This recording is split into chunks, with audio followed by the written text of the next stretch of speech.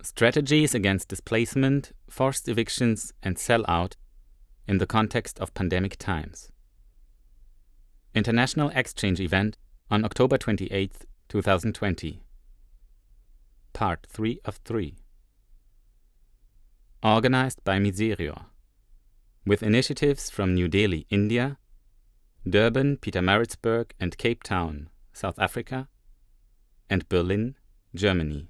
Wir haben eigentlich jetzt von den ganzen Beiträgen We've now heard a great deal from our speakers. We've heard about the issues of tenants in Berlin, but also land-related issues and how to respond to them. And we've heard a great deal about people living in informal settlements, people who are in danger of displacement. Displacement and evictions, of course, are an issue in Berlin as well. So there are a great many points of contact between these apparently different realities. There are many parallel phenomena, beginning with the issue of land speculation, the issue of displacement, the issue of people no longer being able to afford their apartments and having to find alternatives.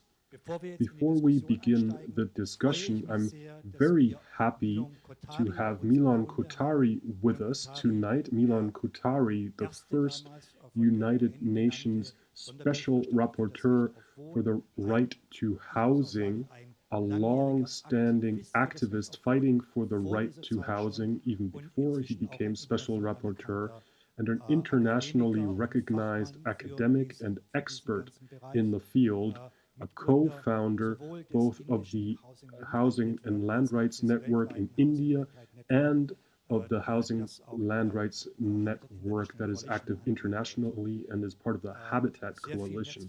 So a great deal of networking activities that Miloon has been engaging in. Miloon, following this introduction, I might add that in these documents we have compiled that are available on the website, there are also further pieces of information on your person.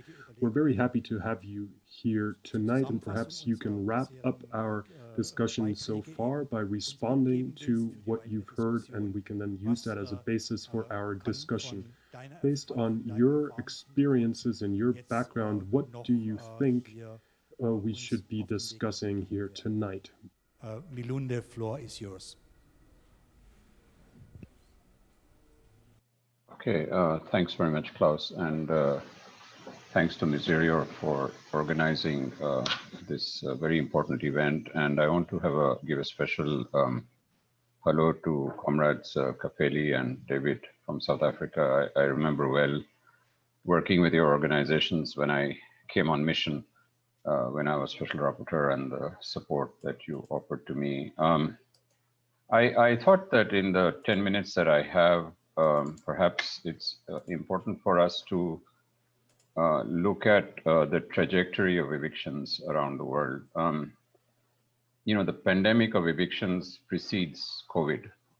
It's something that's been happening for decades. And I think it's important, while we are looking at, and as some of the presentations have explained in a very articulate manner, the impact of evictions.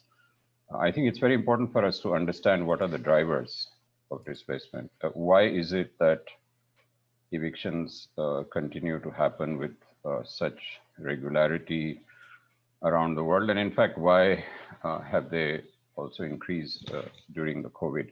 So I think one of the first and perhaps the most pernicious drivers are economic policies. A sort of defining feature of global development for the past decades has been the dominance of the neoliberal paradigm and its direct link to free market policies, which is very heavily dependent on large-scale infrastructure, both rural and urban, and extraction of minerals.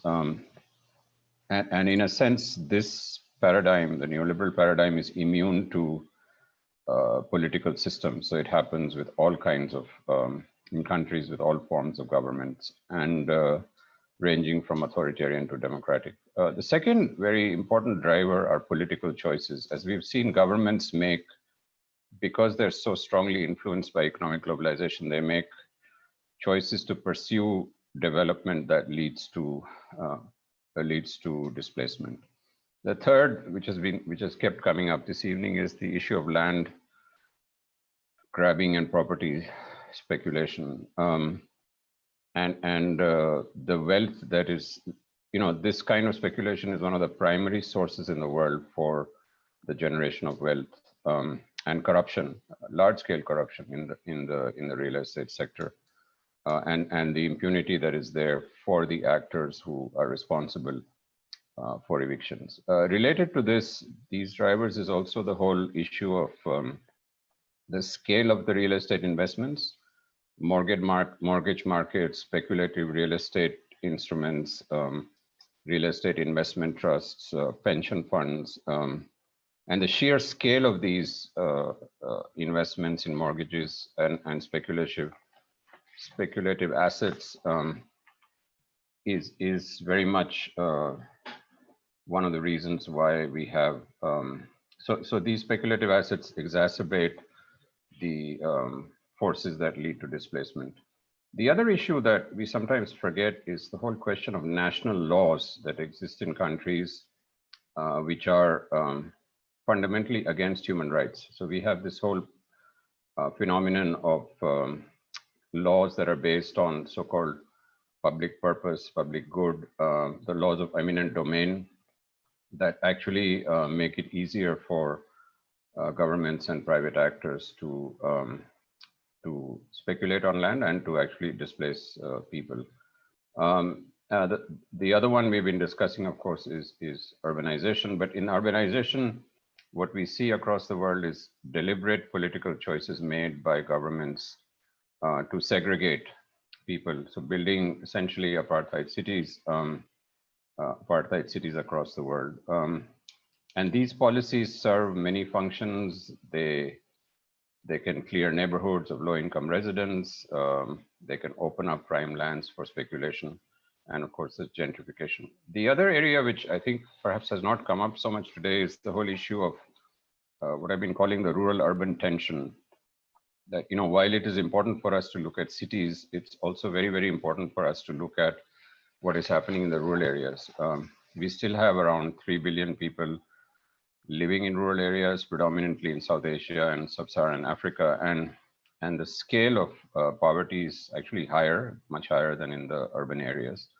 And the question of land rights for peasants, for indigenous people, is very, very important. In fact, the kind of urbanization we have today drives poverty in the rural areas, and we need to look at how to restore rural livelihoods as part of our work also in the cities. But land rights is not only a rural issue, it's very much an urban issue as well. It's an issue tied to livelihoods. The legal recognition of land rights is critical to protecting the right to housing, including essential services and livelihoods, especially for the urban poor.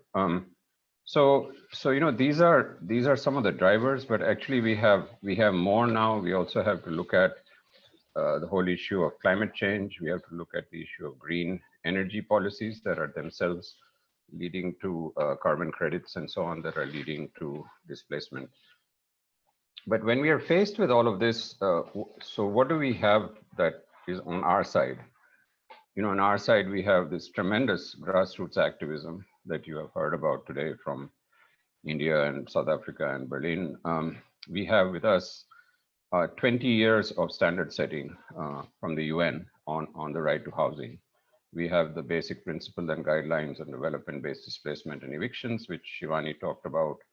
We have the secure tenure guidelines from Raquel Rolnick that very clarify what type of secure tenure do we look at, what are the different types of tenure. And we have the recent housing strategies from Leilani.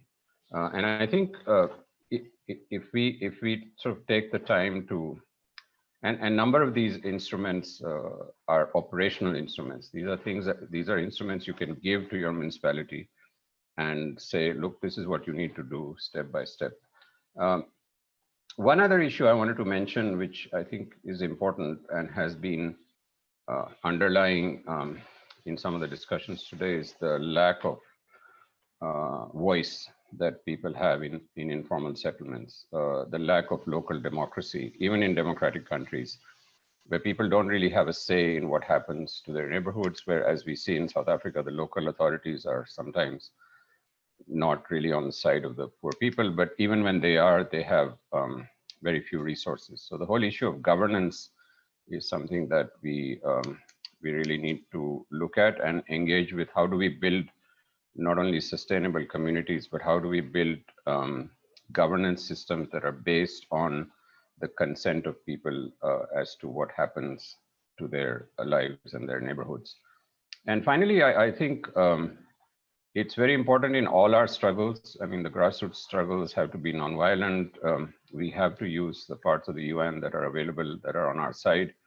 But we also always have to remember that we should not give up our basic principles of being anti-capitalist, capitalist, anti-imperialist, anti-neoliberal approach. We should not compromise on these principles, and our struggle has to continue based on a very strong human rights approach, both in terms of analysis. We heard some of the excellent reports that are being prepared today, but also in terms of the spirit which drives our campaigns and our movements.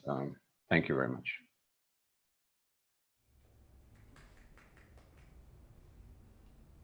Yes, thank you very much. Thank you very much. The clappings against here on the panel. Really much good thought that you gave us on the way. Human rights approach, even on an UN level, human rights approach as well as a perspective for grassroots movements. I would like to give that directly to the representatives of grassroots movements here in Berlin or in South Africa, and perhaps have a spontaneous reaction. What would you like to tell us about what you just heard from Miloon? Perhaps there are some volunteers who would like to raise their hand. Pele or Denver or Diani. Yes.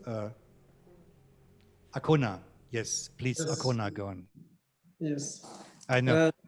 No, I really appreciate what Miloon has just said. I think he's raising a lot of points that we've been punching on, specifically around the question of will.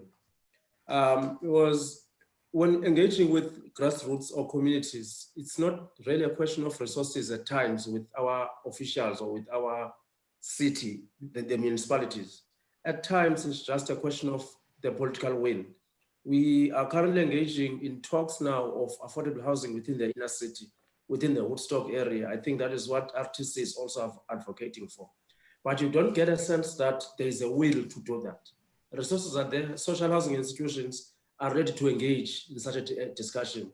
But the question of a political will, I think that's what we are battling with within the city of Cape Town. Thank you. Thank you. Vielen Dank. Capelli, you wanted to something. Oh, yes, comrade. Yes. No, thank you very much to Comrade Melanie, what he has been shared to us and other comrade. I think I see a common goal, what is happening around, in the world, especially, firstly, we need to acknowledge that the pandemic, it was a global problem, not in one corner of the countries. I think that the lessons that we have managed to withdraw out of this oppression, because of the system also that has been imposed, especially into in the impoverished people that to live under this condition that we are living in informal settlement. And then if you come to South Africa, such a country that has a good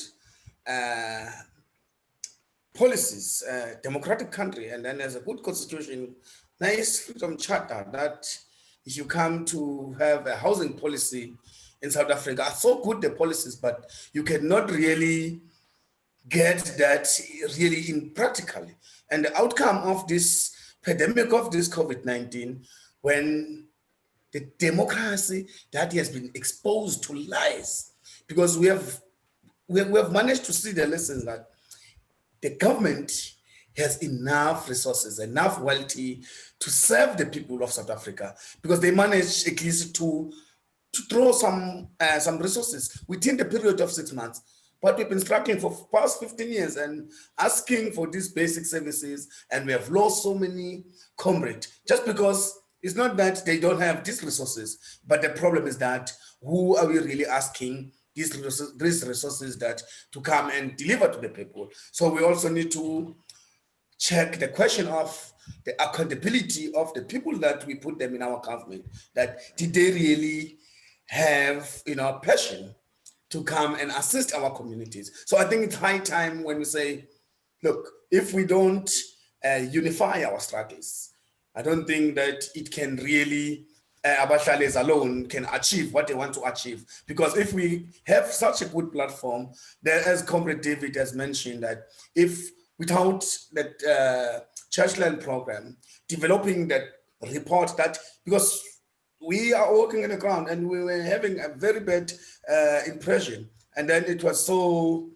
nice for us to hear from Churchland program and to spread it out to other countries, other organizations, and then that I think we can be able to withdraw these people that are there to sit in the government and benefit in behalf of the people. Here in South Africa, you come here in Durban now, it's a one most city that has been sitting with a lot of corruptions.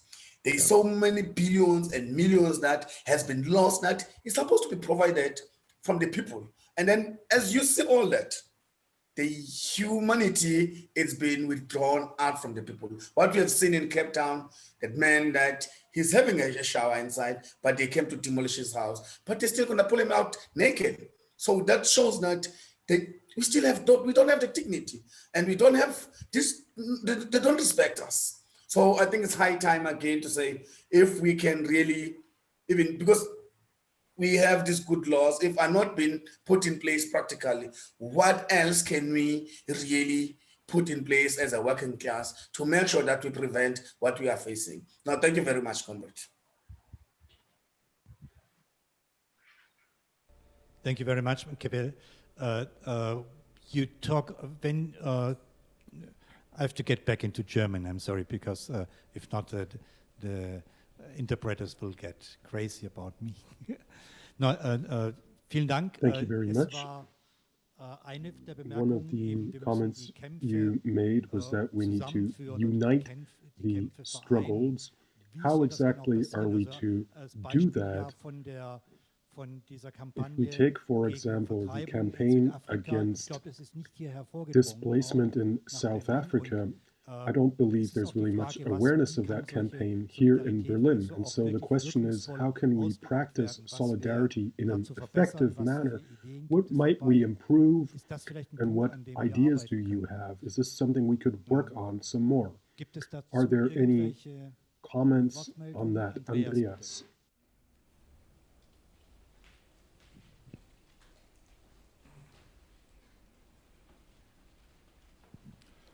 Ja, also erstmal wollte ich sagen, dass es total inspirierend ist. I'd like to begin by saying it's very inspiring to see that there are people all over the world who are defending themselves against the situation. The difficulty, of course, is that in terms of economic, social, organizational conditions, legal conditions, we're all faced with very different situations.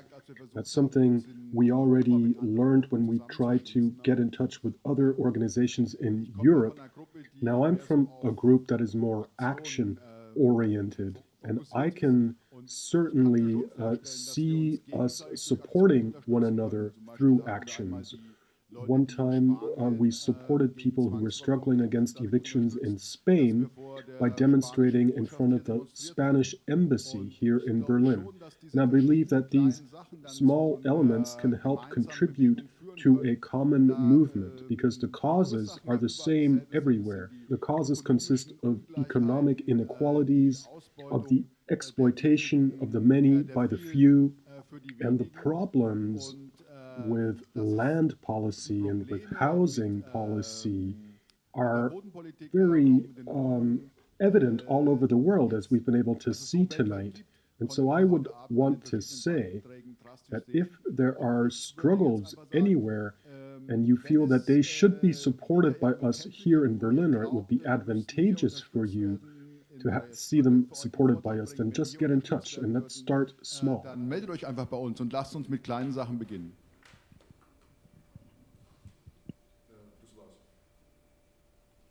Vielen Dank.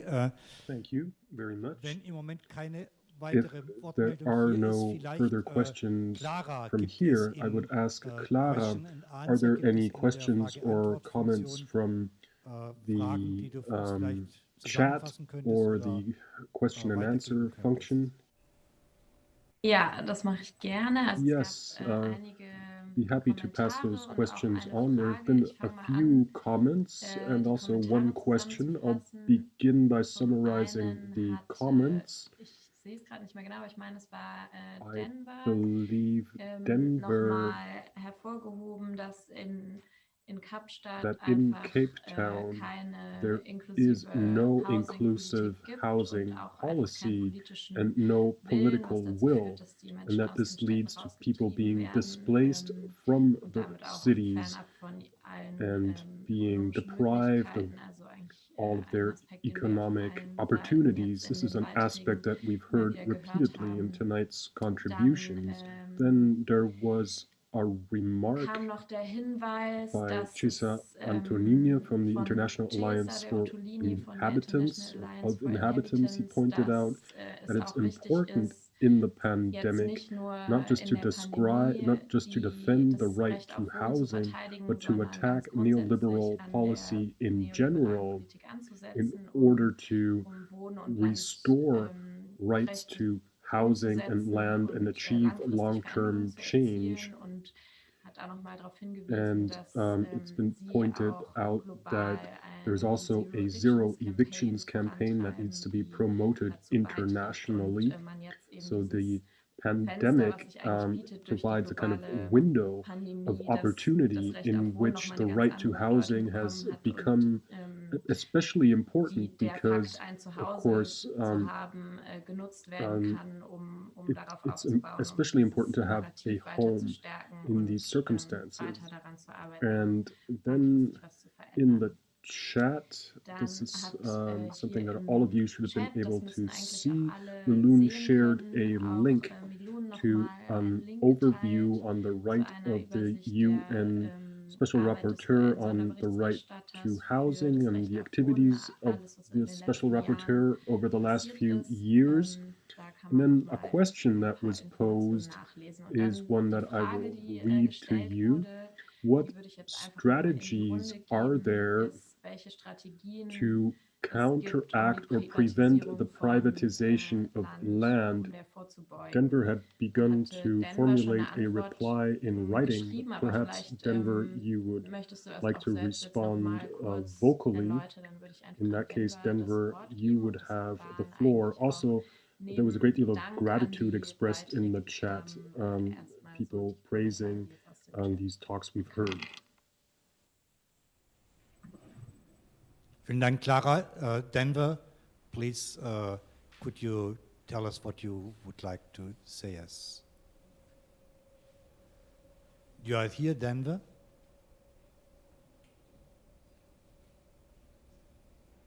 Hi there.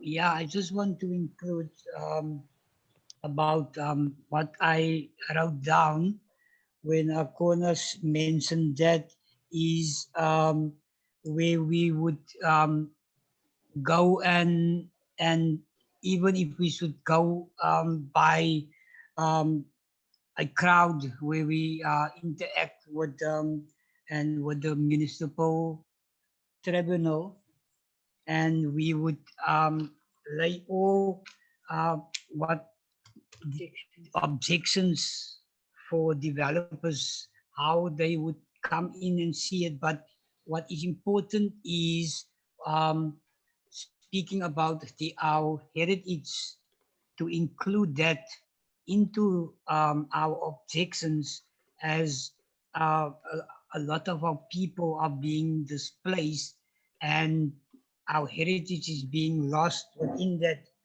Uh, we need to hold all spheres of government, especially in South Africa, to account for spatial injustice in this political moment we find ourselves in. We need to use people's power to be the driving force of resistance behind our struggle for land and housing in a solidarity and united manner. Thank you, Denver. This is as well perhaps the question that came up about land speculation. The governments are so crazy about investors, no, and about getting investors to buy real estate and to invest in real estate. But what are the strategies that we could use to limit this unregulated land markets, the land speculation? There are some, I think we heard something already tonight about what could be done to cope with the problem of land speculation, and how could we get the land out of the market, perhaps. Who would like to give us an input about that? There was a question here in the question and answer, no? Somebody from here, from the panel? Lisa, please.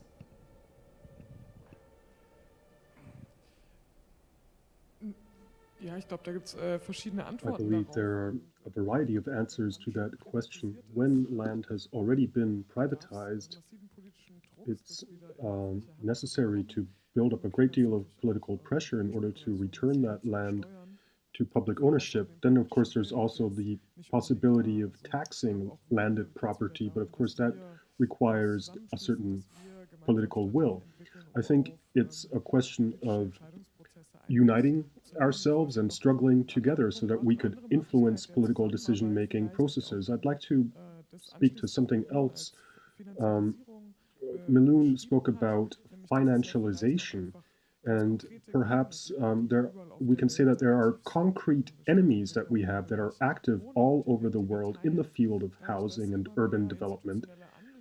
There are more and more institutional investors, such as pension funds or groups such as Blackstone, BlackRock, that are active in the field of real estate. And that means that in many cities the world over, we are facing the same enemies.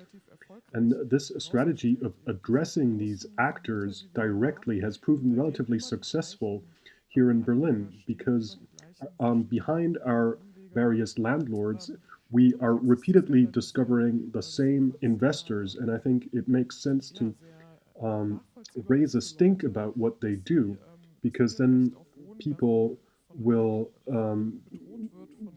recognize the way their right to housing is being put at risk by external actors, investors who simply want to make money. I think that's a narrative that can be put to use in other cities as well. We just need to find out who are the investors who are active in Durban, in New Delhi, wherever. Ich wollte noch mal darauf hinweisen, dass wir I wanted to point out that if we look at the various models and proposals that we have developed as to how we could organize housing in a different way, that we can learn from these models and proposals. For example, I think this graduated model of co-determination that we have developed, which we haven't spoken about tonight, that it doesn't have to be limited to Berlin. We've developed this model and partly implemented it here in Berlin, but we'd like to extend it over and beyond the city. The idea that housing, just like education and healthcare, should be considered basic human rights, common goods, and not commodities, should be democratically managed. What this means is that in the field of housing, all the housing stock is municipally owned, so the housing stock has been socialized, and the people living in those homes can participate in debates and decisions. And I think this is a universal, an up-to-date model that should be implemented everywhere. I would add that it's also the right moment, perhaps, to introduce a global basic income as soon as possible. But we're probably going to have to struggle some more to achieve that as well. Vielen Dank, Marie. Thank you, Marie. So these are certainly questions that it's worth discussing internationally. With regards to the issue of public housing, we had a great many debates on public housing in South Africa. Now, the model of public housing is completely different down there. The discussion differs from country to country, but of course, what we need is that the state assumes its responsibility with regard to providing housing, but we also need to emphasize people's right to self-management within public housing. And of course, the notion of public housing as something that is run by the state, that has existed the world over. And this notion that the state should provide housing is or has been a universal notion. If we think of the Viennese model, where housing was conceived of as a sort of state-provided infrastructure, and of course this was then destroyed the world over on the orders of the World Bank during the 70s and the 80s, and there was this argument that this is a domain that should be under the sway of the private economy and the state should keep out of it. And this has led to a situation where, on the one hand, we have private housing companies that cater to the interests of wealthy people, but people with low incomes are left to their own devices. And consequently, we've seen the development of informal settlements all over the world. This was a product of the abandonment of this earlier model of housing as something that the state is responsible for. So that would be a discussion that is only beginning very slowly, because of course today we're faced with a completely different reality when public housing no longer exists at all. This is the case in some countries, whereas in other countries such as here, there is some recollection of it. There is a notion of something that we could return to, something we could build on in order then to democratize these structures. We don't want a bureaucratic apparatus of the kind that we had in the past. Ein bürokratischer Apparat sein, so wie das eigentlich wir in der Vergangenheit erlebt haben. Now, I'd like to ask Clara if there are any additional questions and comments. Genau, also es sind jetzt nämlich noch There are two comments that have appeared in the chat.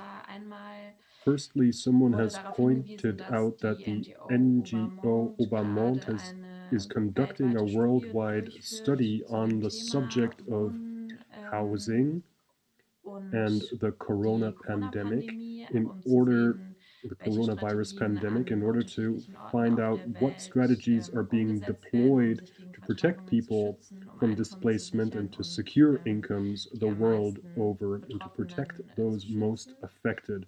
The link can be seen in the chat, so you can access that information via the chat.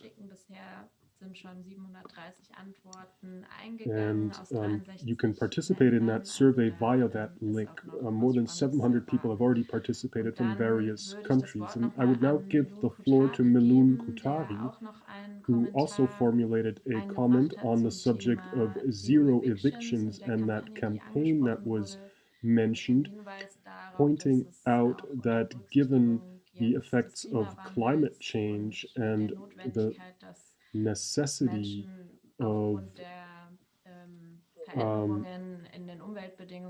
resettling people given the effects of climate change, that it may make sense to think about how resettlement can be done and organized in such a way that human rights are respected. So I would invite Miloon to speak to that briefly and formulate any additional comments on what has been said. Thank you.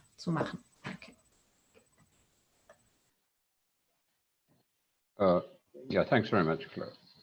Thanks, Clara. I actually responded in the chat, so I won't repeat that. I just think that there are 2 points I wanted to pick up. One is what Klaus was saying about the legacy of social housing. So, you know, while evictions are taking place, I think it's still possible to put into place housing, so citywide or national housing policies that are based on global good practices. So we have this good practice called the continuum of housing, where there's a gradation of housing options. So you have hostels with care, you have working people's hostels, you have cooperatives, you know, rental housing, and very end of the spectrum is ownership housing. There's also the very good practice in some European countries of housing first, where you know, the homeless people don't go into shelters, but they go straight into apartments. So I think that's something we need to explore. We have the example of Vienna, we have the example of Barcelona moving in that direction. So I think that's something that needs to be looked at. But I just wanted to quickly pick up on this point about unifying the struggle.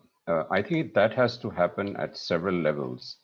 So as Shivani was mentioning, we have this example from Delhi of something called the Housing Rights Task Force, where we were able to bring together civil society groups, think tanks, academics, lawyers, into one forum which is fighting evictions every time they happen.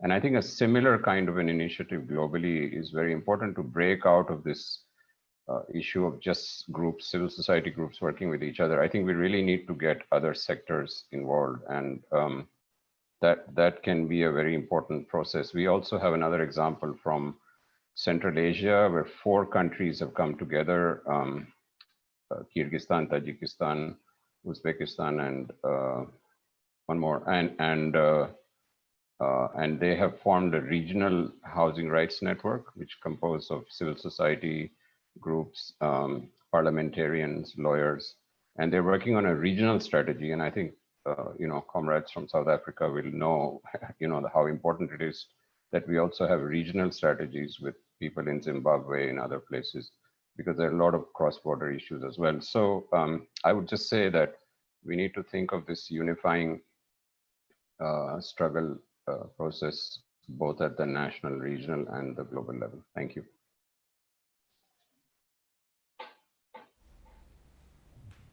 Thank you, Miloon. Yes, very important. How to unify struggle? How do you unify the struggle? It's been remarked that it's quite difficult to develop common concepts with a neighboring city, but particularly in the field of urban development and housing, every movement tends to think that everything is quite local and quite locally specific. But of course, we find that the same problems exist everywhere, and yet at the same time, this exchange between various initiatives is quite limited, and there's a great deal that could still be done in the field of networking as well. We found here in Berlin that it's very important for the various approaches to be combined into a larger, very powerful tenants movement that then developed and initiated these various projects, such as the expropriation campaign, the referendum, and so on. This was only possible because a number of approaches were combined. And the question is how we can achieve this on a larger level, nationally and internationally. And I believe that there are still a great many obstacles facing us when it comes to that question. I don't know what my colleagues here on the panel think about this, or what people who are following us from South Africa think of this. We're trying to initiate an international exchange, but we do see that there is still a great deal that remains to be done. Viel Luft nach oben offen ist.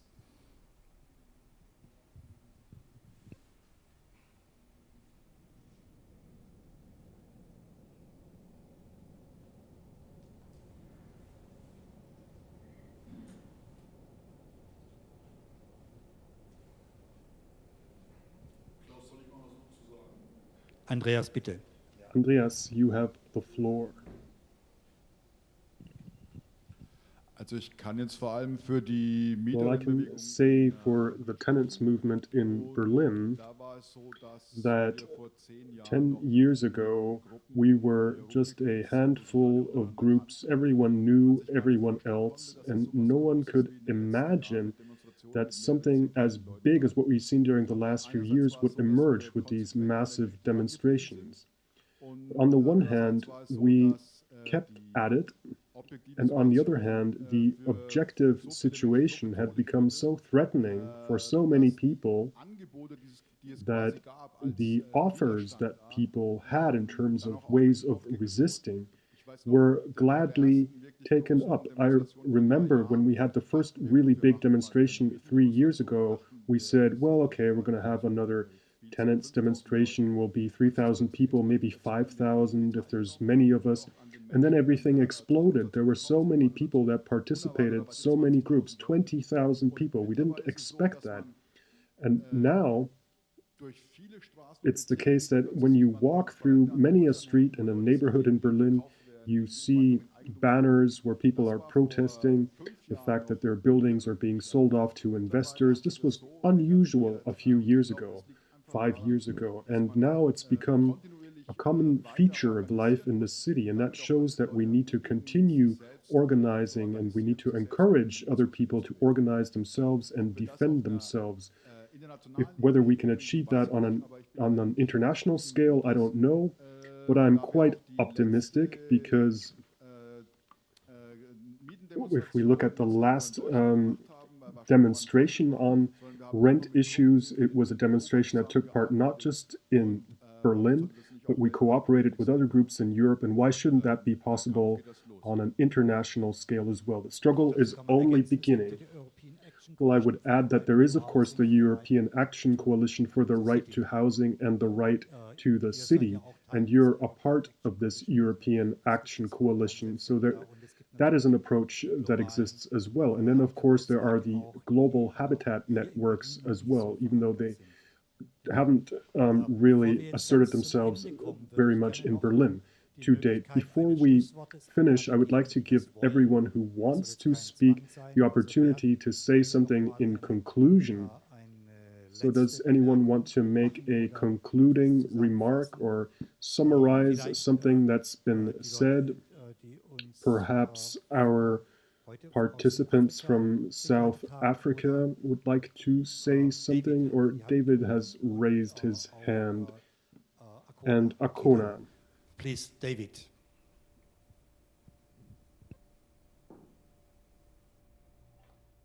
Thank you. I thought I just need to make one or two comments on the question of uniting struggles. One of the things that I whilst really thinking it's a good strategy, the war that is being fought is bigger than just a few people or one organization. What I know, having followed how activists lead struggles and learning from how they are leading struggles, I have come to an understanding that actually unification of struggles cannot only rely on the commonality of the issue at hand. Whilst that is important, but it cannot be the only driving force behind unification of struggles. And also the identity of where where activists come from, be it on the basis of the issue, be it on the basis of locality.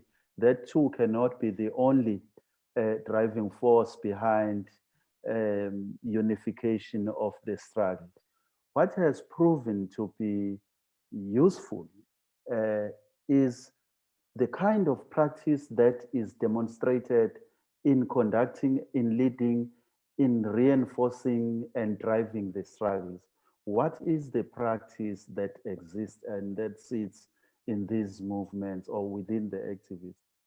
Two, the politics that underlines their struggles, the politics that underlines their practice has proven also to be an important feature if one wants to forge any unification of struggles.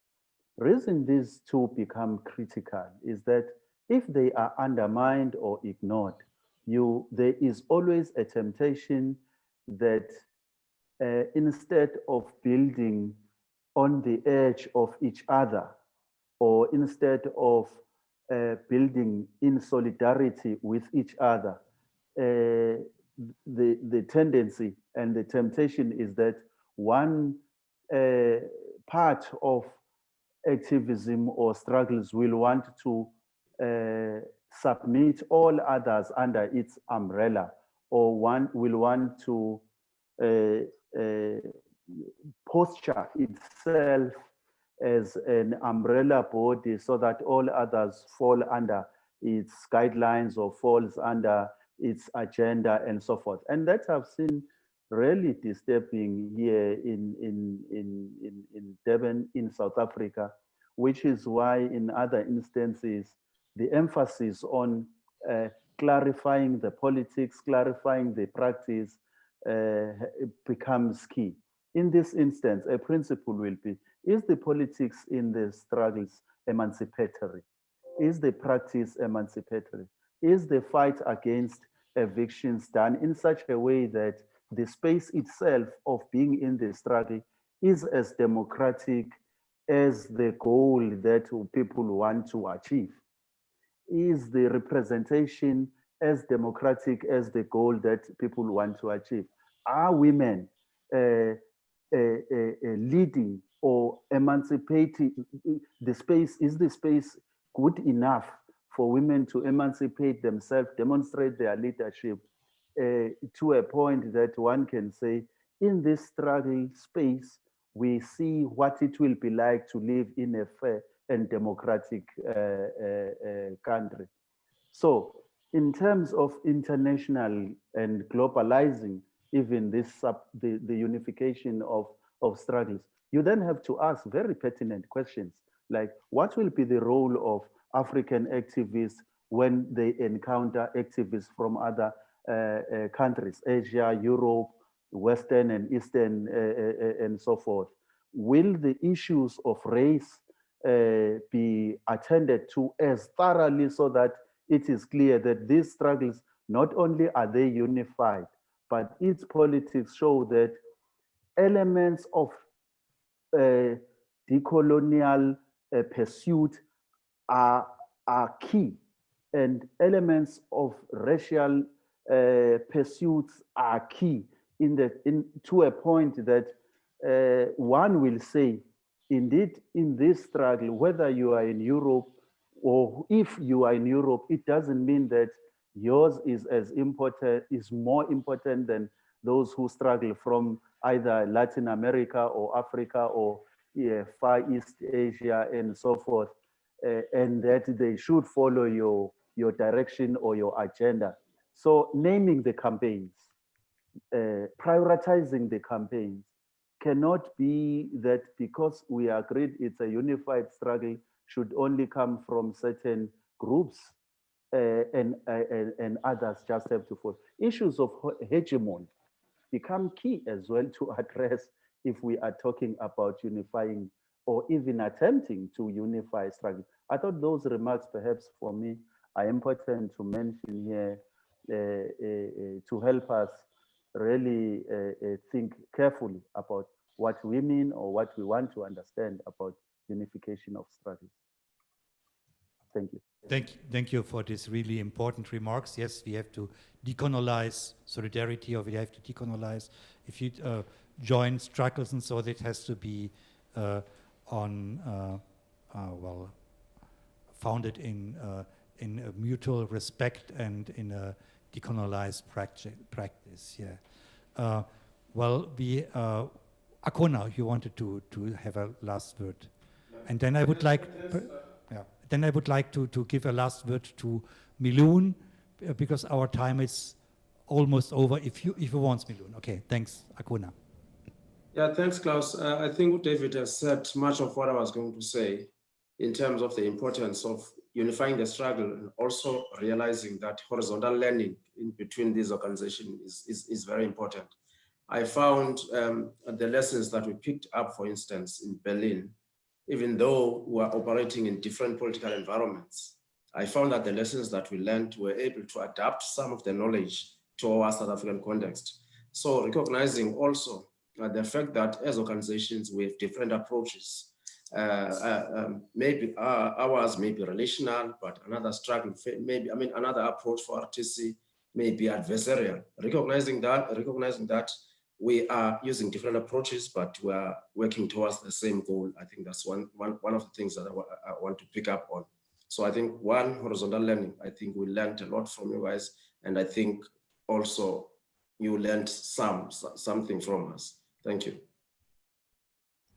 Thank you, Akona. Would you like to say a last word, Miloon? No, I think our comrades from South Africa should have the last word. I just want to make one point that, sometimes there's this discussion that the struggle for the right to housing in Europe and North America is different from, let's say, in India and South Africa.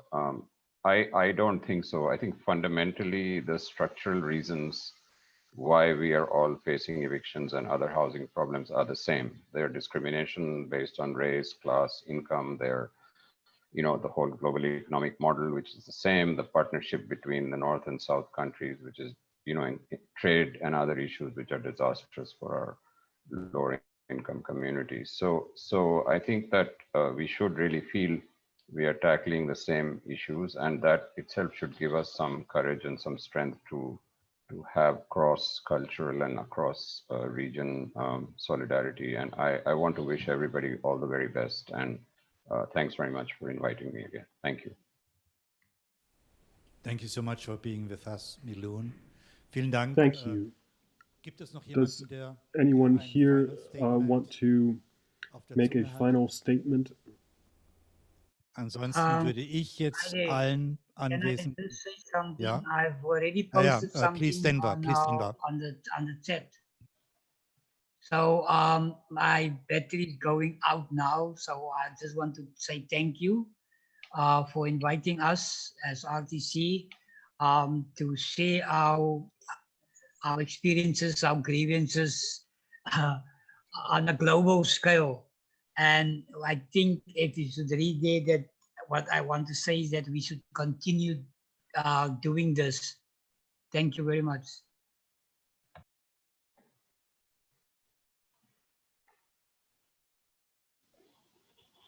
Yeah, Lisa, you wanted to say something. Well, I think our batteries are pretty much empty too after 3 hours of discussion, but I would like to say thank you too. I think we've learned a great deal and we're all looking forward to working together in the future. Thank you very much, Lisa. That was a fine closing remark. I'd like to thank all participants for their patience. This was a 3-hour event. A great deal of energy you've all brought to this, a great deal of information, and a great deal of experience that we've been able to learn from. So we hope we can do this again soon, and we hope that we will be able to meet physically soon, perhaps in a different way than before. Perhaps it will always be in a hybrid form. Some people are physically together and others participate via some technological medium. That might be a form to do in which to do this in the future. But I believe that for a great many processes, it's important to actually meet in person And our meeting last year, Akona, was very important, also in terms of what we've been able to do this evening.